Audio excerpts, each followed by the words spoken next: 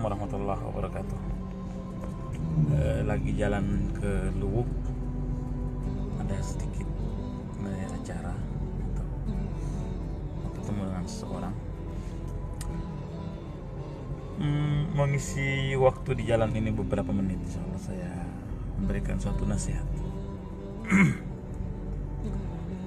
Rasulullah SAW bersabda di hadis yang sangat sering kita dengar dan sangat populer di bulan Ramadan.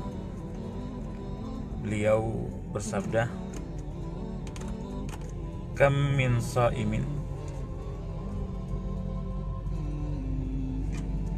laisa lahu min siyam illa al-ju' wal 'atash." Berapa banyak orang yang berpuasa di bulan Ramadan,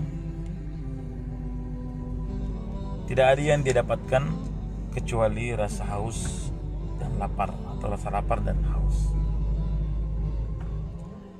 Ikhwati a'azzakumullah,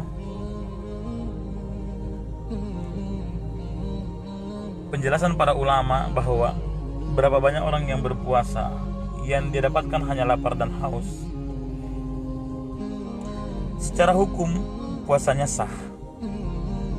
Secara hukum puasanya sah. Tapi secara pahala dia tidak dapat apa-apa.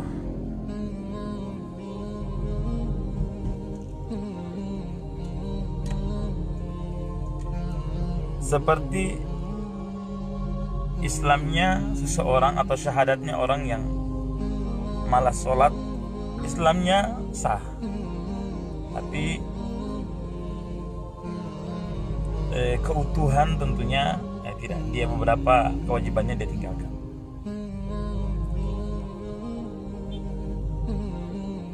Kata Nabi atau kata ulama dalam penjelasan tentang hadis ini, apa yang membuat pahala orang tersebut tidak ada, yang didapatkan hanya lapar dan haus? Itu karena ketika dia berpuasa, dia hanya betul-betul menahan dirinya dari makan dan minum. Tapi dia tidak menahan dirinya dari perbuatan-perbuatan lisan yang lain yang juga sama pelarangannya. Di luar puasa bahkan itu pun sudah dilarang. Contoh, ketika kita berpuasa namun lisan kita tidak pernah berhenti untuk menggibah orang lain, menggosip orang lain. Jangan kita mengatakan bahwasanya ini kan benar, karena sahabat berkata, bagaimana kalau pada diri orang tersebut benar ya Rasulullah? Maka kata Nabi, itulah gibah. Gibah itu adalah sesuatu yang benar pada saudaramu yang dia benci kalau engkau menyebutkannya. Itu namanya gibah. Dan kalau hal tersebut tidak ada pada dirinya, maka itu bukan gibah, tapi berubah menjadi buhtan, yaitu fitnah. Dan kita tahu al-fitnatu asyaddu minal qatl. Di ayat yang lain, al-fitnatu akbaru minal qatl. Fitnah itu lebih kejam dari pembunuhan. Atau di ayat yang lain, fitnah itu lebih besar efeknya dan dosanya dari pembunuhan. Saudara-saudaraku yang dimuliakan oleh Allah Subhanahu wa taala, jangan kita mengisi Ramadan isinya adalah gibah. Jangan kita mengisi Ramadan isinya adalah namimah, adu domba. Jangan kita mengisi Ramadan dengan suuzon dengan orang lain. Karena tidak ada apa-apa yang kita dapatkan kecuali hanya dosa, dan tidak ada yang kita dapatkan kecuali adalah sangkaan-sangkaan buruk yang tentunya dampaknya adalah besar di yaumil qiyamah. Bahkan Imam Syafi'i rahimahullah pernah berkata bahwasanya, saya bersyukur saat saya tidak mengetahui sesuatu tentang seseorang, tidak mengetahui banyak hal tentang seseorang, karena itu akan menutupi potensiku untuk menggibah dia. Akhi, kita hanya disuruh mempertanggungjawabkan dengan yang kita kerjakan. Antum tidak disuruh mempertanggungjawabkan di hadapan Allah apa yang orang lain kerjakan. Cukup antum sibuk dengan amalannya antum. Tidak usah terlalu sibuk dengan amalannya orang lain. Amalan orang lain akan dipertanggungjawabkan oleh dia sendiri. Dan amalan antum pertanggungjawabkan sendiri. Di yaumil kiamat, sahabat-sahabat yang menjadi teman kita untuk menggosip, menggibah orang lain atau memperburuk suasana, memburuk-burukkan orang lain, tajassus, mencari kesalahan orang lain, itu adalah orang yang akan menjadi musuh utama kita nanti di yaumil kiamat. Kenapa? Akan saling lapor antara satu dengan yang lainnya. Akan saling lapor. Al-akhillau yawma idzin ba'duhum li ba'din adu illal muttaqin. Teman-teman dekat kita di dunia ini yang kita temani untuk maksiat, untuk membicarakan keburukan orang lain, itu nanti di yaumil kiamat akan menjadi musuhmu yang paling utama. Kenapa? Karena di yaumil kiamat orang semua butuh amalan. Orang nanti di yaumil kiamat akan membela dirinya. Orang nanti di yaumil kiamat akan mencari alasan untuk selamat. Jangankan dengan sahabat, kan jelas tuh ayatnya, yauma yafirrul mar'u min akhi. Seorang itu lari dari saudaranya. Wa ummihi wa abi, seorang anak meninggalkan ibu dan bapaknya.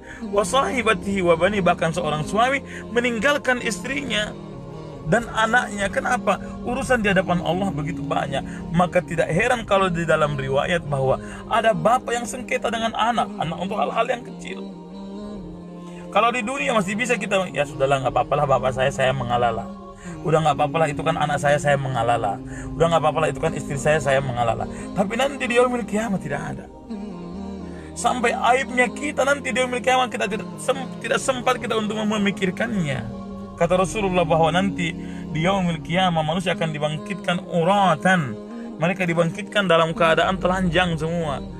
Maka Aisyah berkata, ya Rasulullah, kita telanjang, bagaimana dengan aurat-aurat kami ya Rasulullah?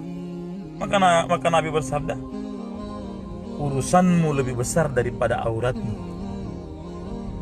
Urusanmu lebih besar daripada auratmu. Jadi tidak ada kesempatanmu lagi untuk memikirkan auratku, mana auratku, tutup dulu auratku, mana celanaku dan bajuku, tidak ada. Yang kau pikirkan adalah bagaimana saya selamat dari api yang menyala-nyala yang sudah Allah dekatkan kepadamu. Waji'a yawma idzin bi jahannam. Dan ingatlah ketika Allah sudah dekatkan nanti neraka jahanam ke depanmu, maka ketakutan akan muncul dalam dirimu dan engkau sudah tidak memikirkan apa-apa kecuali bagaimana saya diselamatkan oleh Allah Subhanahu wa taala. Akhi, urusan dengan Allah di yaumil kiamah itu begitu mudah insyaallah. Tapi yang paling berat itu bagi kita adalah urusan dengan saudara-saudara kita. Yang paling berat nanti di yaumil kiamat adalah bagaimana kita selamat daripada tuntutan saudara-saudara kita. Bukankah di yaumil kiamat nanti kita tidak akan mampu selamat dari orang yang pernah kita cela? Kenapa? Dia ingin amal. Orang yang sudah yang masuk neraka, dia ingin masuk surga. Orang yang mendapatkan surga di bawah, dia ingin mendapatkan surga yang di atas. Dengan apa? Dengan amalan. Maka nanti di yaumil kiamat dia akan mencari sebisanya bagaimana bisa mengumpulkan pahala sebanyak-banyaknya agar mendapatkan nikmat yang jauh lebih besar dari Allah Subhanahu wa taala. Maka jangan heran ketika perselisihan itu akan terjadi nanti di yaumil kiamat, dan orang-orang yang menjadi teman kita, yang menjadi tameng kita, menjadi kawan kita di dunia, semuanya akan lari dari kita nanti di yaumil kiamat. Semuanya sibuk dengan dirinya, bahkan sibuk dan tidak memikirkan keluarganya, apalagi hanya memikirkan kita yang bukan siapa-siapanya. Inilah yang dimaksud dalam hadis tersebut. Berapa banyak orang yang berpuasa, tapi yang dia dapatkan hanyalah rasa lapar dan rasa haus, karena dia tidak pernah mengisi ibadahnya bulan puasa ini dengan zikrullah, dengan mengaji, tapi lebih banyak mengisinya dengan menggibah dan memfitnah orang lain. Dan itu adalah perbuatan yang sangat ditakuti oleh para ulama, dan mereka sangat menghindarinya. Semoga kita semua yang ada dan menonton video ini, sahabat-sahabat FB, diterima puasanya yang hari ini sudah hari yang ke-13, dan kita dikuatkan oleh Allah hingga hari yang terakhir, dipanjangkan usia oleh Allah Subhanahu wa taala dalam kebaikan dan dalam ketakwaan. Sebaik-baik umur adalah umur yang Allah panjangkan dan kita isi dengan kebaikan dan ibadah di dalamnya. Barakallahu fikum, jazakumullahu khairan. Assalamualaikum warahmatullahi wabarakatuh.